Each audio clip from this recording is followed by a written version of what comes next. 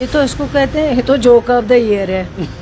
हम क्यों जाएंगे, हमारी सरकार है, हमारी मेजॉरिटी है, अपनी मेजॉरिटी है, हमारे मेंबर जितने चाहिए उससे कई गुना ज़्यादा है, तो हम उनके पास क्यों जाएंगे। वो आ रहे हैं कि हमारे साथ हमें शामिल कर लीजिए, तो ये उनकी प्रॉब्लम है, हमारी प्रॉब्लम नहीं। और ऑनरेबल चीफ मिनिस्टर साहब ने ओपन में कह दिया है, कहा मैं सरकार में रहूँगा, अपने बलबूते पे रहूँगा, जिस दिन नहीं रहना होगा, लेकिन बीजेपी के साथ एनसी कभी नहीं जाएगी, वो कभी सवाल ही नहीं पैदा हो सकता। हमारा जो है एजेंडा, हमारा जो काम है वो हम करते रहेंगे। हमने पहले भी रेजोल्यूशन लाया है 370 के लिए, उन्होंने उसको भी अपोज किया, तो फिर भी क्या हुआ, मेजॉरिटी हमारे पास थी, हमने तो पास करवाया। हमने स्टेटहुड का रेजोल्यूशन कैबिनेट में लाया, उसको पास करके एलजी साहब को भेजा है।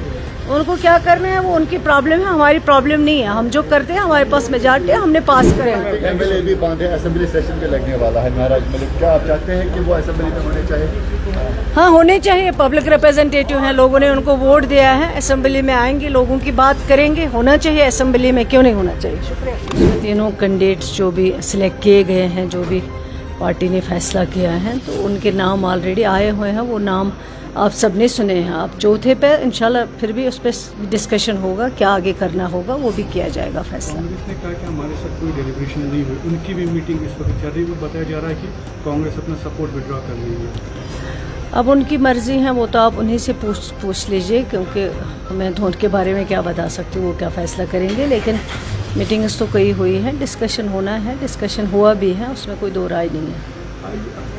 बीजेपी की तरफ से जो लीडर्स हैं उन्होंने फिर से इल्जाम लगाए, नेशनल कॉन्फ्रेंस अभी भी बीजेपी के पास आ रही है सरकार बनाने के लिए, थोड़ी बहुत वजाहत करेंगे। ये तो इसको कहते हैं, ये तो जोक ऑफ द ईयर है।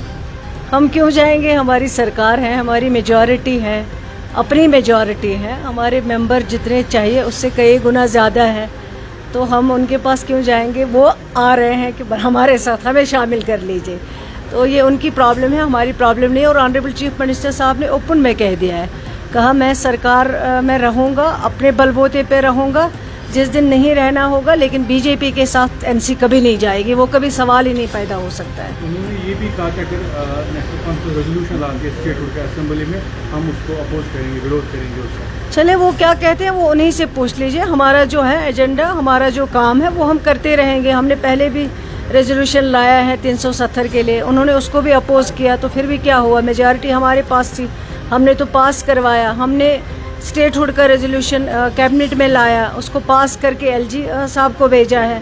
उनको क्या करना है वो उनकी प्रॉब्लम है, हमारी प्रॉब्लम नहीं है। हम जो करते हैं, हमारे पास मेजॉरिटी है, हमने पास करवाया, चाहे वो 370 का रेजोल्यूशन हो, चाहे वो स्टेटहुड का रेजोल्यूशन हो, कैबिनेट में लाया और कैबिनेट ने पास करके एलजी साहब को भेजा है। कल आपने देखा होगा जो सॉलिसिटर जनरल है, उन्होंने कहा था कि मरकज की स्टेट गवर्नमेंट के साथ बातचीत चल रही है स्टेटहुड को लेकर, क्या आपके साथ कोई बात चल रही है उसके हवाले से? मैं कहती हूँ कि अगर स्टेटहुड, हम हर बार यही कहते हैं, स्टेटहुड हमारा हक है, वो कोई बीक नहीं है। जम्मू कश्मीर के लोगों के पास ऑलरेडी स्टेटहुड था, और ये एक बहुत पुरानी रियासत थी जम्मू कश्मीर, जो हिंदुस्तान का ताज माना जाता है। कई बार यूटी को स्टेट बनते हुए देखा है, लेकिन स्टेट को कभी यूटी बनते हुए पहली बार देखा वो जम्मू कश्मीर है।